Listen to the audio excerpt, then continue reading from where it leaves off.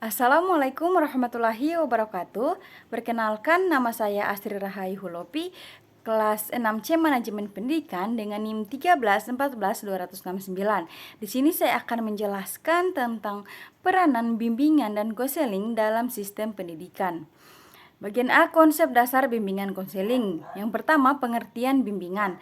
Bimbingan merupakan suatu proses bantuan psikologis dan kemanusiaan secara ilmiah dan profesional yang dibekali oleh pembimbing kepada yang dibimbing atau peserta didik agar ia dapat berkembang secara optimal. Kemudian yang kedua, fungsi bimbingan dalam pendidikan. Antara lain yang pertama, memahami individu, yang kedua, preventif dan pengembangan individual, yang ketiga, membantu individu untuk menyempurnakan cara-cara penyelesaiannya, dan yang keempat, meningkatkan hubungan sekolah dengan masyarakat. Kemudian yang ketiga, pengertian konseling.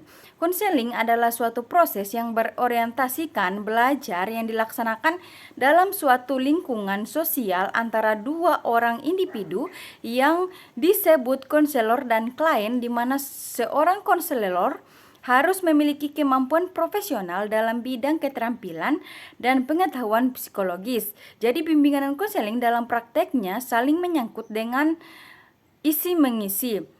Bimbingan menyangkut konseling dan sebaliknya. Kemudian yang keempat, tujuan bimbingan dan konseling. Secara umum bahwa bimbingan dan konseling itu dilaksanakan dengan tujuan memberikan pertolongan kepada individu agar dapat tercapai tujuan tersebut, maka setiap individu yang mendapatkan layanan bimbingan itu hendaknya memperoleh kesempatan. Kemudian yang kelima, prinsip-prinsip bimbingan dan konseling. Prinsip-prinsip bimbingan dan konseling secara garis besar dikelompokkan menjadi dua kelompok, yaitu prinsip-prinsip umum dan prinsip-prinsip khusus. Yang keenam, asas-asas bimbingan dan konseling. Menurut Praitno, ada beberapa asas yang harus diperhatikan, yaitu ada kerahasiaan, keterbukaan, kekinian, kemandirian, kedinamisan, kenormatifan, keahlian, ahli tangan, Tuturi Handayani. Kemudian bagian B, kedudukan dan peranan bimbingan dalam sistem pendidikan. Yang pertama, kedudukan bimbingan dan penyuluhan dalam pendidikan.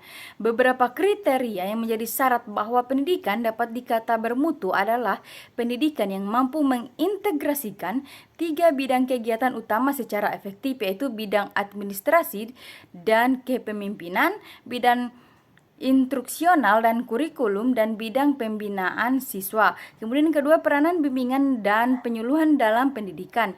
Letak peranan bimbingan dan penyuluhan yaitu untuk memberikan bantuan untuk mengatasi masalah tersebut sehingga anak-anak dapat belajar lebih berhasil. Dengan begitu, pencapaian tujuan pendidikan lebih dapat diperlancar.